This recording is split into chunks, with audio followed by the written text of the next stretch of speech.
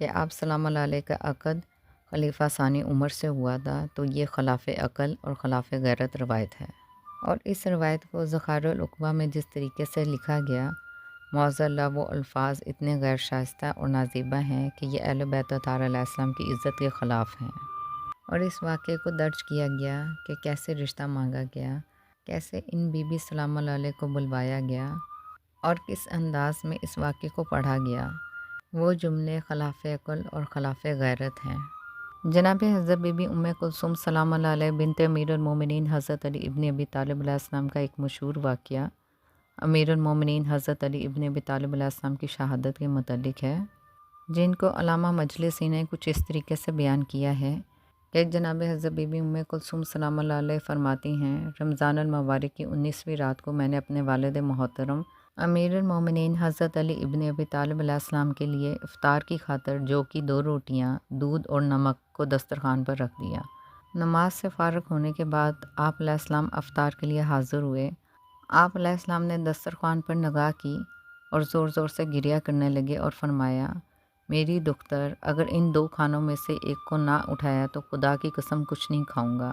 یوں جو کی روٹی کو نمک کے ساتھ تناول فرمایا۔ شیخ مفید نقل کرتے ہیں، وہ رات جس کی صبح کو امیر المومنین حضرت علی ابن ابی طالب علیہ السلام کو شہید کیا گیا، صبح تک آپ علیہ السلام بیدار رہے، اور جب جناب حضرت بی بی ام کلثوم سلام اللہ علیہ نے وجہ معلوم کی تو آپ علیہ السلام نے فرمایا، جب یہ صبح طلوع ہوگی تو مجھے شہید کیا جائے گا۔ تو پھر جناب حضرت بی بی ام کلثوم سلام اللہ علیہ نے بابا کو منع کیا، لیکن آپ علیہ السلام نے فرمایا، موت سے کسی کو فرار نہیں۔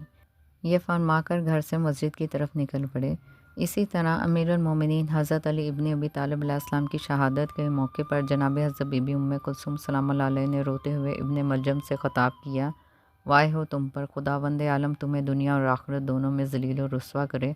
اور تمہارا ٹھکانہ جہنم قرار دے۔ جناب حضرت بی بی ام کلثوم سلام اللہ علیہ فرماتی ہیں، دفن کے وقت قبر کھودی گئی، مجھے معلوم نہیں میرے بابا کو زمین میں دفن کیا گیا یا آسمان میں لے جایا گیا۔ بس ایک ناگہان تسلیت امیز آواز کانوں میں آئی اور کہا، خدا آپ سلام اللہ علیہ کو اپنی حجت کے غم و رضاداری میں تسلیت دیتا ہے۔ پس معتبر اور مستند روایت کے مطابق جناب حضرت بی بی ام کلثوم سلام اللہ علیہ اپنے بھائی حضرت امام حسین علیہ السلام کے ساتھ کربلا کے سفر میں شریک تھیں۔ آپ سلام اللہ علیہ نے کوفہ اور دمشق میں قید کے دوران اہم اور فصیح و بلیغ خطبات دیے، جو مختلف کتب مقاتل میں نقل ہوئے ہیں، اور آخر ایک روایت کے مطابق آپ سلام اللہ علیہ کی وفات مدینے میں ہوئی اور آپ سلام اللہ علیہ جنت البقیع میں دفن ہے، جبکہ بعض اقوال کے مطابق آپ سلام اللہ علیہ کا مزار دمشق میں ہے۔